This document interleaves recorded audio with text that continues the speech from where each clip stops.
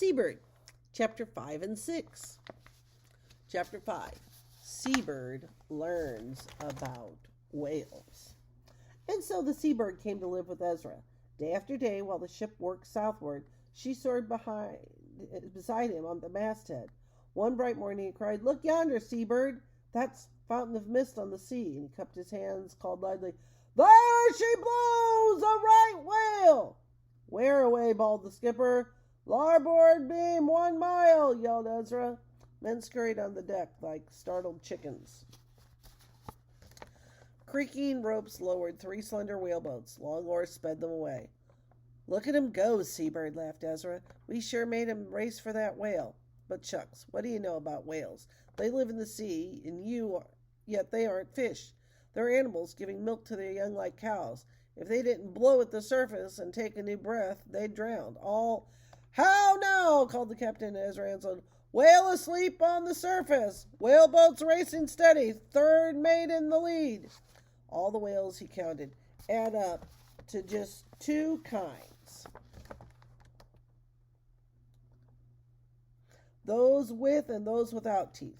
Sperm whales have teeth, big as oversized cucumbers. They feed deep down along the sea bottom, thumping the wiggly tentacles of giant squid.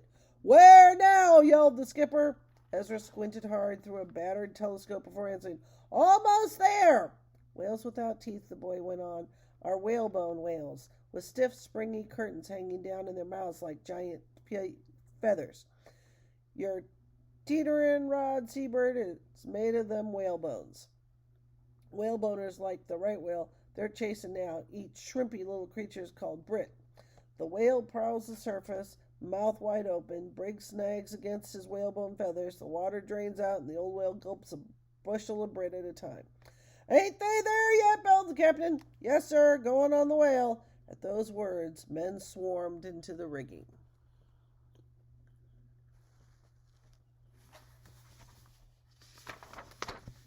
Chapter 6.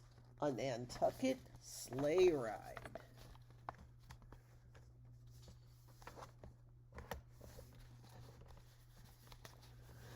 The winning whaleboat was going on the whale. The 3rd mate steered at the stern.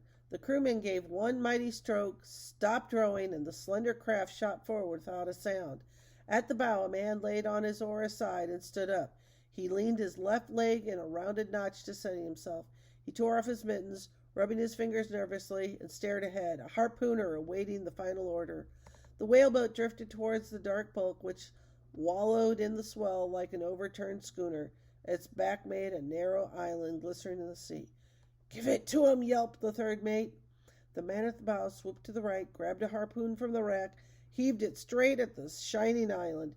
He snatched a 2nd harpoon and drove it overboard. Then he seemed to flee for his life. He scrambled the length of the rocking whaleboat. Gaining the stern, he wrenched the steering oar from the mate, who lurched madly towards the bow. The 2 men seemed to be frantic people changing goals in a crazy game. Then the right whale's huge tail flukes arose from the boiling sea. They towered like a giant club and crashed down. "Bustin' and foam!" cried Ezra at the masthead. "Seabird, those flukes just missed him. But heck, I bet your coral eyes can see better than this spyglass even. You saw harpooner get in both irons and the mate changing places with him? Aye. A fool custom, that, changing seats in a rockin' rowboat. But 'tis the way. One man spears the whale, then steers to the other, steered the boat first, and kilts the whale later with the long lance. Sort of evens the dignity at both ends. Look, Seabird, whale's running like a scart colt across the sea, towing the boat like a sled, with foamy suds for snow." "What now?" the skipper bellowed from below. "You asleep up there?" "Run away!" called Ezra quickward. "Nantucket Sleighride!" Seabird Chapter 5 and 6.